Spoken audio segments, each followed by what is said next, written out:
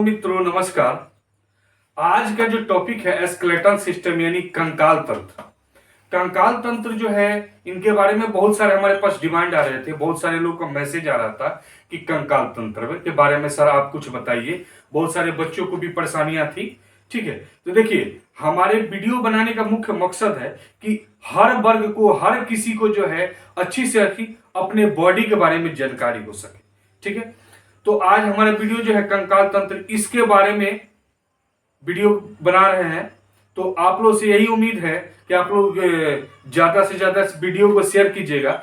इस वीडियो में हम लोग पढ़ेंगे कि कंकाल तंत्र क्या है, शरीर में हड्डियों का क्या कार्य है, हड्डियां कितने प्रकार की होती है। ठीक है, और शरीर में हड्डियों की क्या आवश्यकता है, क्या हड्डियां नहीं रहेगी तो हम जीवित रह सकते हैं, हम चल फिर सकते हैं। ठीक है, इस टाइप्स के जितने आपके मन में डाउट्स हैं सारे के सारे डाउट्स आज क्लियर हो जाएंगे।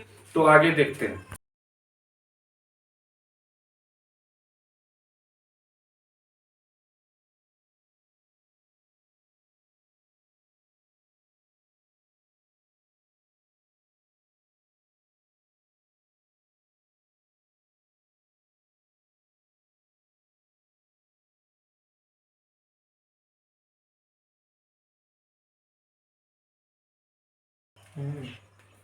देखिए स्केलेटल सिस्टम जो होते हैं वो दो प्रकार के होते हैं।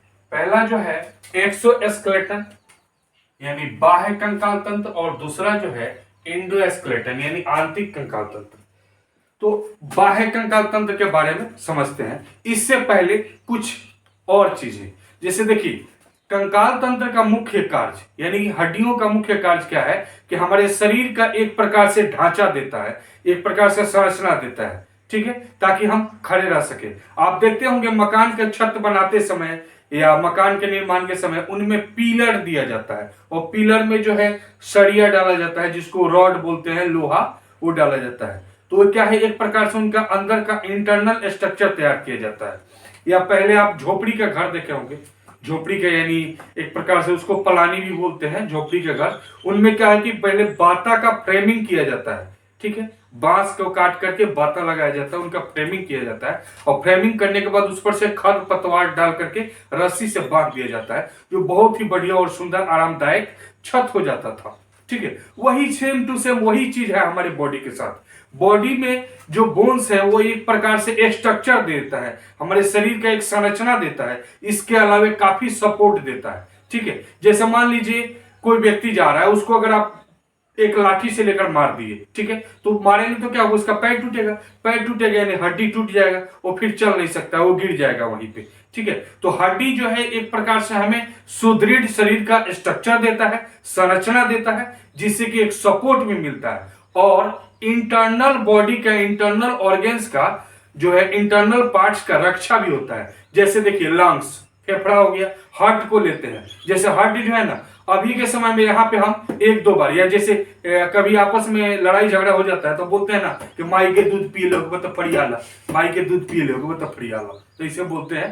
तो इनमें ज्यादातर क्या होता है कि यहाँ पे ऊपर की तरफ जो हड्डी होती है, तो जो हम इसे मार रहे हैं तो ये हड्डी पे लग रहा है, जबकि अगर हड्डी को हटा करके इस पे एक दो बार इसे मार दिया जाए, एक बार मार दीजिए तो तुरंत टिकट जो है कंफर्म हो जाएगा जाने की। ठीक है, तो हड्डी जो है हमारे शरीर की बहुत ही ज्यादा सेफ्टी करता है, सेफ्टी रखता है। जैसे मान लीजिए सबसे ऊपरी भाग जो हो गया आपका स्किन, ये भी हमें रक्षा करता है। इसके बाद मांस जो है हमारे शरीर में, ये भी हमारे शरीर को रक्षा करता है, और इसके बाद जो हड्डियां हैं वो भी रक्षा करती है। तो हड्डियों का मुख्य काम क्या है कि एक प्रकार से शरीर का एक ढांचा, सुदृढ़ ढांचा तैयार करता है। ठीक है, और इसके आगे देखेंगे हम कि कंकाल तंत्र जो होते हैं ये दो प्रकार के होते हैं, एक बाह्य कंकाल तंत्र होता है, एक आंतरिक कंकाल तंत्र। बाह्य कंकाल तंत्र में क्या होता है कि यानी वैसे जीव जिनके शरीर के अंदर ना हो कंकाल, जबकि वो बाहर हो। जैसे आप देखे होंगे बिच्छू, बिच्छू को देखेंगे या कभी उसको मारते होंगे तो मारने के बाद कर से आवाज करता होगा। या छोटे छोटे चींटी को लेते हैं तो चींटी कमजोर होती है, वैसे अपने औकात भरी उनके अंदर भी शक्ति होता है, लेकिन उनकी भी कंकाल तंत्र बाहर ही होता है। उसके बाद सीपा देखे होंगे, सीपा या कौड़ी देखे होंगे। ठीक है, कौड़ी में भी अंदर छोटे छोटे जीव होते हैं और उनके ऊपर का स्ट्रक्चर जो होता है वही उनका कंकाल होता है, क्योंकि ये सब सारे समुद्र में रहते हैं। जब ऐसी कोई समस्या आती है तो वो अपना पूरे बॉडी को उसी के अंदर छुपा लेते हैं। ठीक है। टिड्डा, टिड्डा मतलब वो राम जी का घोड़ा, सुग्गा जो बोलते हैं, आप लोगों को गर्मी के दिनों में देखने को मिलता होगा। गर्मी के दिन में, अभी तो सर्दी का मौसम चल रहा है, अभी नहीं दिखाई देगा, तो टिड्डा उसको बोलते हैं। या मधुमक्खी हो गया, हाड़ा बिड़नी, ये सारे छोटे छोटे मानो बोले हैं, ये जैसे कि छोटे छोटे कीट जो होते हैं, इन सारे कीटों में बाह्य कंकाल होते हैं, जबकि आंतरिक कंकाल गाय, भैंस इत्यादि में क्या होता है, आंतरिक कंकाल। जैसे मुर्गा, मुर्गी, ये इत्यादि क्या है, जब आप मुर्गा का मीट खरीदने जाते हैं तो आपका बोलते हैं लेग पीस। तो लेग पीस में क्या होता है, आप देखे होंगे उसके पैर के ऊपर मांस का रहता है, तभी ना पकड़ पकड़ के नोच नोच के खाते हैं। तो ये लेग पीस जो होता है वो हड्डियां अंदर होती है, इसलिए उनको बोलते हैं आंतरिक कंकाल। यानी जितने स्तनधारी लगभग जीव हैं उस सारे में क्या होता है जी, आंतरिक कंकाल। मनुष्य में भी आंतरिक कंकाल, हम लोग का हड्डी अंदर है, उसके ऊपर मांस है, उसके ऊपर जो है स्किन यानी चमड़े है। ठीक है। ये यहाँ पे बोन्स जो है दो प्रकार के होते हैं, एक अस्थि और दूसरा होता है उपास्थि। अस्थि क्या होता है, अस्थि जो होता है ये हार्ड होता है, काफी कठोर, जैसे ये वाला हड्डी है ये काफी कठोर होता है। लेकिन उपास्थि क्या होता है, ये नरम होता है, यानी सॉफ्ट होता है। ठीक है। सॉफ्ट कैसे होता है, सॉफ्ट इसलिए होता है, जैसे मान लीजिए ये कान की हड्डी, या आप पैर की हड्डी में मिलाइएगा, जहां पे रोटेट करना है, मूव करना है, ठीक है, तो वहां पे ये नरम हड्डियां होती है और ये हड्डी जो है काफी सॉफ्ट होता है, मुलायम होता है। जैसे कान की हड्डी को देख सकते हैं आप, चिकन मटन खाए होंगे तो चिकन मटन भी देखे होंगे, लेग पीस के ऊपर जो कुछ वो रहता है, हल्का सा सूझा हुआ टाइप का रहता है, जिसको हम लोग नोच के कर कर के जैसे आवाज आता है, उसको बड़ी आसानी से शौक से चबा कर खाते हैं, वो होता है आपका कार्टिलेज। ठीक है। और बाकी जो ये बोन्स होते हैं जो काफी हार्ड होते हैं, ये हड्डियां जो है हम लोग नहीं चबा सकते हैं। क्यों नहीं चबा सकते, क्योंकि ये बने होते हैं कैल्शियम कार्बोनेट, कैल्शियम कार्बोनेट के बने होते हैं। ठीक है। जिसको CaCO3 कहते हैं, ये काफी हार्ड होते हैं CA3PO4 के होल ट्वाइस, यानी कार्डिक का। और इसमें कैल्शियम कार्बोनेट, यानी इसमें सबसे ज्यादा मात्रा में कैल्शियम, इसीलिए किसी का पैर टूटता है या ज्यादातर हड्डियों में दर्द होता है तो कैल्शियम की गोलियां दी जाती है, ताकि जो भी क्षति हुई है वो पूर्ति हो जाए। इसके साथ साथ जो होता है फास्फोरस होता है, फास्फोरस। तो देखिएगा फास्फोरस का वीडियो तो एक बना चुके हैं और डाल भी दिया है। देखिए हमारे शरीर में भी फास्फोरस होता है, और जो माचिस की तीली होती है ना, माचिस की तीली के ऊपर भी फास्फोरस होता है। इसीलिए जब मनुष्य का बॉडी जलाया जाता है तो बड़ी आसानी से, काफी तेजी से जल जाता है। ठीक है। और किसी किसी का बॉडी नहीं जलता होगा तो वो क्या बोलते हैं कि बड़ी कुकर्मी लड़ा, बहुत ही दुष्ट आदमी था, इसीलिए इसका लाश जो है जल्दी नहीं जल रहा। ऐसा बात नहीं है भाई मेरे, उनमें फास्फोरस की कुछ कमी होगी, कुछ खान पान में कमी होगी, जिनके कारण उनका बॉडी जलने में थोड़ी परेशानी होगी। जलेगा वो भी जल जाएगा, ऐसा कोई वो नहीं है। ठीक है। अब देखेंगे बोन का उपयोग। बोन्स का जो है क्या कार्य है, तो बोन में जो है आपका RBC, WBC इत्यादि का फॉर्मेशन होता है, यानी निर्माण होता है। यानी लाल रक्त कण, सफेद रक्त कण, ये कहां पे बनता है, तो हड्डी के बीचों बीच, क्योंकि हड्डी के बीच में खोखला होता है, इसके अंदर ये जालीदार संरचना होती है, एज ए लाइक आप मच्छरदानी जानते होंगे। ठीक है। ये मच्छरदानी की तरह होता है, इनमें रक्त का निर्माण होता है, जिससे हमारे पूरे बॉडी में ऑक्सीजन के साथ फ्लो करता है। तो RBC और WBC का निर्माण कहां होता है, तो बोन मैरो में। इसको हिंदी में क्या बोलते हैं भाई, अस्थि मज्जा, अस्थि मज्जा। ठीक है। अब देखिए जब माता गर्भवती रहती है और उनके गर्भ में बच्चा रहता है तो उनका रक्त का, बच्चे का रक्त का निर्माण कहाँ होता है, तो उन बच्चे का रक्त का निर्माण जो होता है आपका लीवर में होता है। लीवर के मेसोडर्म में रक्त का निर्माण होता है। लेकिन जैसे वो बच्चा गर्भ से बाहर आता है, ठीक है, ऐसे गर्भ में रहने वाले बच्चे को बच्चा नहीं बोलते हैं, भ्रूण बोलते हैं। और जैसे ही वो बाहर आता है तो उसको बच्चा बोलते हैं। तो उनका ब्लड का फॉर्मेशन कहाँ होगा, ये आपका बोन्स में, हड्डी में होगा, हड्डी के बीचों बीच होगा आरबीसी और डब्ल्यूबीसी का निर्माण। तो देखिए हो सकता है वीडियो काफी लंबा हो जाए, तो अब हम लोग पढ़ेंगे टोटल हड्डियों की संख्या कि मानव शरीर में कुल कितनी हड्डियां हैं। तो सबको पता है 206 है। अब 206 को टोटल काउंट करेंगे कि कहां पे कितनी हड्डियां हैं, हाथ में कितनी हड्डियां हैं, उस हड्डियां का क्या नाम है, पैर में कितनी हड्डियां हैं और वहां उस हड्डियां का क्या नाम है, कमर में, कपाल में, ये पूरे बॉडी के हड्डियों के नाम और उनकी संख्या, इनके बारे में पढ़ेंगे। ठीक है, आगे देखते हैं। तो आज हम लोग देखते हैं ह्यूमन स्केलेटन सिस्टम में। देखिए इसको दो भागों में बांटा गया। पहला जो है रेड कलर से जो हम दिखाए हैं, इसको कहते हैं एपेंडिकुलर, जिनकी संख्या जो है 126 होती है, और एक्सियल जो ब्लैक कलर का आपको दिखाई दे रहा है, इसको बोलते हैं एक्सियल, यानी इसकी संख्या 80 होती है। यानी इन दोनों को मिलाने के बाद जो है टोटल 206 हड्डियां होती है। ऑल बोन्स जो होती है वो 206 हड्डियां होती है। अब हम लोग जो है एक एक हड्डियों का नाम और इसके साथ साथ इसकी क्वांटिटी, इसके बारे में देखते हैं।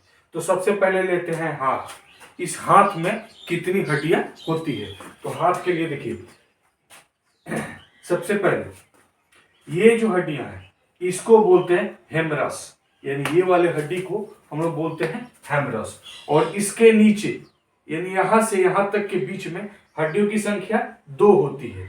ठीक है, एक होता है अल्ना, यहाँ पे जो कानी उंगली के साइड से जुड़ा हुआ है इसे अल्ना कहते हैं, और जो ये अंगूठे के साइड से जुड़ा हुआ है इसको बोलते हैं रेडियस। ठीक है, यहाँ पे फिगर में दिया है, ये कानी उंगली के सामने जो जुड़ा हुआ है उसको बोलते हैं रेडियस, अल्ना, और जो ये अंगूठे के सामने जो जुड़ी हुई है इसको बोलते हैं रेडियस।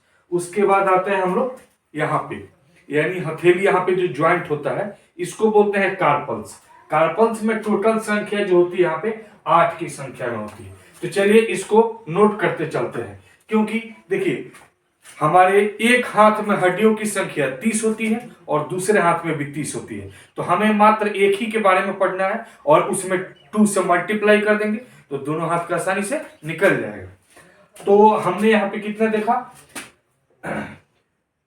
यहाँ पे हमने देखा हेमरस 1, रेडियस अल्ना, यानी ये यहां से लेके यहां तक टोटल जो है हड्डियों की संख्या जो है 3 हुई। यहाँ पे कार्पल्स, कार्पल्स यानी ये ज्वाइंट, इतना दूर में जो है हड्डियों की संख्या 8 होती है। ठीक है, उसके बाद मेटाकार्पल्स यानी ये हो गया आपका पंजा।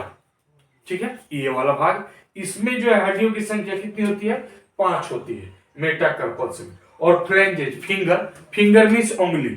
ठीक है, तो इसको फ्लेंजेज बोलते हैं, और इनकी संख्या जो कितनी होती है, 14 होती है। अब देखिए कैसे कैसे 14 होती है, इसको हम लोग काउंट कर लेते हैं। तो देखिए ये उंगली है, उंगली में 1 2 3, यानी प्रत्येक उंगली में 3 जगह से फोल्ड हो जाता है, 1 2 3, 3 जगह से फोल्ड हो जाता है, तो 3 5 15, लेकिन यहां पे दिया है 14। तो यहाँ पे 14 क्यों दिया है जबकि होना चाहिए 15? तो देखिए यहां पे 2 ही फोल्ड है, क्योंकि यहां से जो है सीधे एक में ही होते हैं, यानी यहाँ पे 2 फोल्ड है, 1 और 2, तो इसीलिए प्रत्येक उंगली में जो है 3 थी, लेकिन यहाँ पे 1 हो गए, 2 हो गए, सॉरी 2 हो गए, तो ये हो गया 1 कम हो गया तो 14 हो गया। यानी इस हाथ में, यानी एक हाथ में हमारी हड्डियों की संख्या कितनी हो गई, 30। कैसे कैसे 30 हो गया, तो जोड़ लेते हैं, 1 और यहाँ पे 2, 2 1 3, 3 8 3, कार्पल्स में 8 की संख्या है, तो 8 और 3 11, 11 और 5 16, और 16 और 14 30। ठीक है, तो हैंड में कितना निकला हमारा टोटल हड्डियों की संख्या 30। ठीक है, अब एक हाथ में जब 30 होगा तो यहां पर तुरंत मल्टीप्लाई कर देंगे, 30 × 2 = 60। हाथ में निकल गया, तो दोनों हाथों में मिलाकर कितना होगा, 60। ठीक है,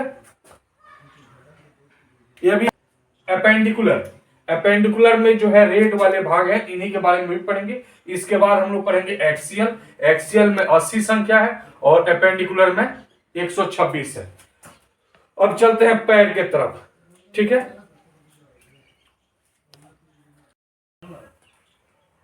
तो हम लोग एपेंडिकुलर में से कम हैंड का कंप्लीट कर चुके, यानी एक हाथ में कितनी हड्डियां होती है? 30। तो दोनों हाथों के मिलाकर कितना हो जाएगा? 60। अब देखिए यहाँ पे जगह नहीं होने के कारण हमने पैर को यहाँ पे बनाया है, ठीक है। और पैर जो है इस टाइप का जो है स्ट्रक्चर है। अब इनकी हड्डियों को काउंट करेंगे कि कितनी हड्डियों की संख्या है। तो देखिए ये वाला जो भाग है यानी जांग, थाई, जांग, ये एक हड्डी होती है। और आपको पता ही होगा कि मानव शरीर की सबसे मजबूत हड्डी कौन सी होती है? जांग की हड्डी होती है, और सबसे बड़ी भी होती है और मजबूत भी होती है, ठीक है, वो भी जांग की हड्डी होती है। तो ये जांग की हड्डी को क्या कहते हैं? फीमर, ठीक है, याद रखिएगा। फीमर को हिंदी में उरु कहते हैं, उरु, ठीक है। तो एक हो गया हमारा ये। उसके बाद यहाँ पे पटेला, यानी पैर के ऊपर देखिए गया कि चारों तरफ घसकने वाला होता है, चारों तरफ नहीं, वही राउंड में जो है मूव कर सकता है, इसको बोलते हैं पटेला, ठीक है। जो इसका काम क्या होता है कि पैर को आगे की तरफ ना फोल्ड करे, वो ओनली पीछे की तरफ ही फोल्ड करे, इसको बोलते हैं पटेला। अब पटेला यानी इसको क्या बोलते हैं? ठेहुना, ठेहुना, हाँ, घुटना, घुटना ना बोलते हैं कि 80 बरस के बाद जो है घुटने में बुद्धि होता है, तो वही घुटना है। घुटना के नीचे वाले भाग जो है यहाँ पे दो हड्डियों का नाम पड़ जाता है, एक होता है टिबिया और दूसरा होता है फिबुला, ठीक है। तो जो टिबिया होता है ये मेन हड्डी होती है, टिबिया जो होता है वो मेन हड्डी होती है, और इसको जो है सबसे बड़ा हड्डी होता है। ये दोनों में सबसे बड़ा और मोटा हड्डी कौन सा होता है? टिबिया। उसके सपोर्टिंग में एक होता है फिबुला, पैर में फिबुला हड्डी होती है, सपोर्टिंग हड्डी, सपोर्टिंग बोन जो सपोर्ट करता है, इसको हम लिख देते हैं। ये लार्ज होता है और थोड़ा सा स्ट्रॉन्ग भी होता है, और फिबुला जो होता है इसके सपोर्टिंग बोन बोलते हैं, सपोर्टिंग बोन, ठीक है। उसके बाद जो है यहां पे आ गया एड़ी के पास जो है उसको टार्सल्स, मेटाटार्सल्स और फ्लैंजेस, ठीक है। इनको 3 भागों में बांटा गया है। अब यहां पे काउंट करते हैं। जांग वाली हड्डी की संख्या 1, पटेला 2, उसके बाद जो है यहाँ पे टिबिया और फिबुला ये 2, तो 2 और 2 कितने हो गए? 4। यानी इसके ऊपर जो है हम लोगों ने 4 काउंट कर लिया। अब नीचे चलते हैं। टार्सल, टार्सल में हड्डियों की संख्या कितनी होती है? इनमें हड्डियों की संख्या होती है 5। और मेटाटार्सल में कितनी हड्डियों की संख्या होती है? तो मेटाटार्सल में होती है हड्डियों की संख्या 7। और फ्लैंजेज, फ्लैंजेज मतलब उंगली, फिंगर से रिलेटेड है फ्लैंजेज, जिसको पैर की उंगली को क्या बोलते हैं? टो, TOE, स्पेलिंग याद रखिएगा। तो टो में जो है हड्डियों की संख्या कितनी होती है? 14, ठीक है, 14 होती है। अब इनको जोड़ लेते हैं। तो एक नहीं, इसको तो यहां पे ऐड करके लिख दिए है, यानी 1 2 3 4, फीमर 1, पटेला 2 और टिबिया फिबुला ये 2, दोनों मिला के 4 हो गए। और 4 और 5 9, 9 और 7 16, और 16 और 14 जो जोड़ देंगे तो कितना हो जाएगा? 30, ठीक है। तो एक पैर में हड्डियों की संख्या 30 हुआ, तो इसको 30 में मल्टीप्लाई कर देंगे 2 से, तो कितना हो जाएगा? 60। यानी यहां पे हमने 60, हाथ की हड्डियों की संख्या 60 और पैर की हड्डियों की संख्या 60 हमने निकाल दिया। 60 60 120, 120 तो कंप्लीट हो गया। अब यहाँ एपेंडिकुलर में कितना है? 126, यानी 6 और कम पड़ रहा है। 30 ठो एक हाथ में और 30 दूसरे हाथ में, 60, यानी हाथ में टोटल हड्डियों की संख्या से तो 60 और 60 जोड़ दिए तो कितना हो गया? 120। बाकी बचे 6। अब 6 कहां से हड्डियां आएंगी? इसके 6 हड्डियों कहां से पूरा करते हैं?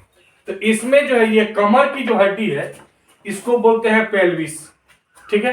ये इनकी संख्या जो होती है 2 होती है, पेल्विस की संख्या कितनी होती है? 2। पेल्विस की संख्या होती है 2। ठीक है। उसके बाद ये इसको बोलते हैं सर्विकल। सर्विकल सर्विकल सर्विकल की संख्या कितनी होती है? 2। तो 2 और 2 4, और एक होता है एस्पिकुला। ये पेल्विस यानी कमर की हड्डी, इनकी संख्या कितनी होती है? 2। सर्विकल की संख्या यानी ये वाली हड्डियां जो होती है कंधे पे, यहाँ पे जो ऐसा अलग से, ऐसा लगता है कि अलग से रखी हुई है, और इसको पकड़ के खींचने के बाद ये आसानी से टूट भी सकती है, जिसको ब्यूटी बोन भी कहा जाता है, सुंदरता की हड्डी। इसकी संख्या होती है 1 और 2। ठीक है। और इसमें 1 2 2 ये हो गए, तो 2 और 2 कितने हो गए? 4। और एस्पिकुला, एस्पिकुला क्या होता है? तो ये वाला मतलब एक प्रकार से जो पीछे पीछे की तरफ यहाँ पे देखिएगा ऐसे उठ जाता है। ठीक है, ऐसे उठ जाता है ना, 2 हड्डियां जिसको पखौड़ा बोलते हैं। ठीक है, इनकी संख्या 2 होती है, यहाँ पे 2 पखौड़ा होते हैं। तो ये टोटल कितने हो गए? 6। तो 120 में कहां पे लिखे थे? 120 और 6 126। 126 हड्डियों की संख्या कंप्लीट हो गई। फिर से एक बार राउंड अप कर लेते हैं। देखिए, एक हाथ में हड्डियों की संख्या 30 थी, तो हमने दोनों का निकाल दिया, 60 हो गया। एक पैर में हड्डियों की संख्या 30 थी, दोनों पैर का निकाल दिया तो 60 हो गया। तो 60 और 60 मिलाकर कितने हो गए? 120। और पेल्विस में हड्डियों की संख्या यानी कमर में हड्डियों की संख्या 2, सर्विकल में यानी ये ब्यूटी बोन में हड्डियों की संख्या 2, और एस्पुक्ला मतलब कि इसमें ये पीठ वाले में जो होता है, यहाँ पे हड्डियों की संख्या हो गई 2, यानी 2 4 6 हो गया। अब 120 में 6 जोड़ दिए तो कितना हो गया? 126।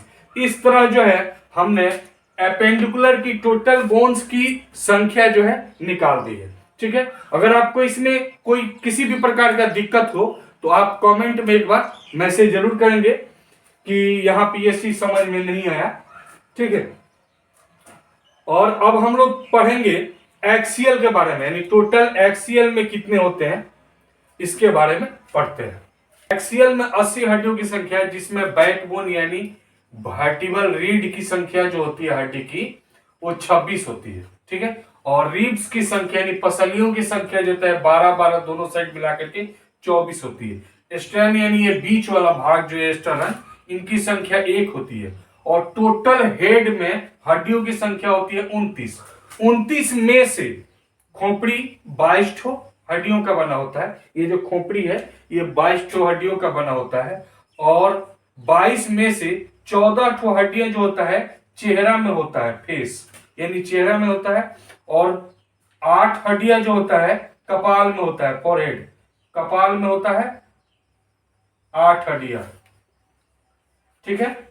और इसके बाद जो है यहाँ पे एक गड्ढा टाइप का होता है। ठीक है। एक प्रकार से ये हम लोग का मस्तिष्क जो है ये एमसीबी का कार्य करता है, क्योंकि जितने सारे वेन्स हैं और नसों का सप्लाई है यहां से होते हुए और इनके पीछे से, यहां से पीछे से गया हुआ रहता है। ठीक है। जो रीढ़ का हड्डी के बीचों बीच, इसलिए कहा जाता है कि यहाँ पे जोर से मारने के बाद ब्रेन जो है इस प्रकार काम करना बंद कर देता है, तो मनुष्य की मृत्यु हो जाती है। क्यों? क्योंकि यहां से टोटल नर्वस सिस्टम, पूरे बॉडी का कंट्रोलिंग पावर जो है तो यहीं से है। तो इसलिए यहां पे चोट न लगे। अक्सर हम लोग कहीं भी खेलते समय या कोई भी कार्य को करते समय, कोई भी काम घर में करते हैं या बाहर करते हैं, तो कहीं भी चोट लगने वाला होता है, ऐसा फीलिंग होता है, तो हम सबसे पहले सिर की तरफ रोकते हैं ताकि इस सिस्टम में जो है चोट नहीं लगे। ठीक है। क्योंकि ये सिस्टम में अगर चोट लग गया तो समझिए कि पूरा बॉडी डैमेज हो जाएगा, यानी हो सकता है मृत्यु भी हो सकती है। एक प्रकार से हमारा शरीर का ये एमसीबी का कार्य है, ये ट्रिप कर जाएगा तो टोटल सप्लाई जो है क्लोज हो जाएगा। तो आज हम लोग समझ गए टोटल हड्डियों के बारे में। ठीक है। अगर आपको किसी भी प्रकार का डाउट हो तो एक बार मैसेज जरूर कीजिएगा। ठीक है।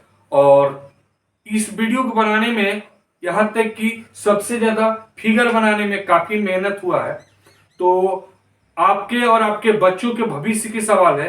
वीडियो को एक बार शेयर जरूर कीजिएगा ताकि आगे भी जो बच्चे पढ़े उनको एक अच्छी सी शिक्षा मिले और वो भी अपने जीवन में उत्तीर्ण करें। फिर हम मिलेंगे नेक्स्ट क्लास में, तब तक के लिए धन्यवाद। जय हिंद।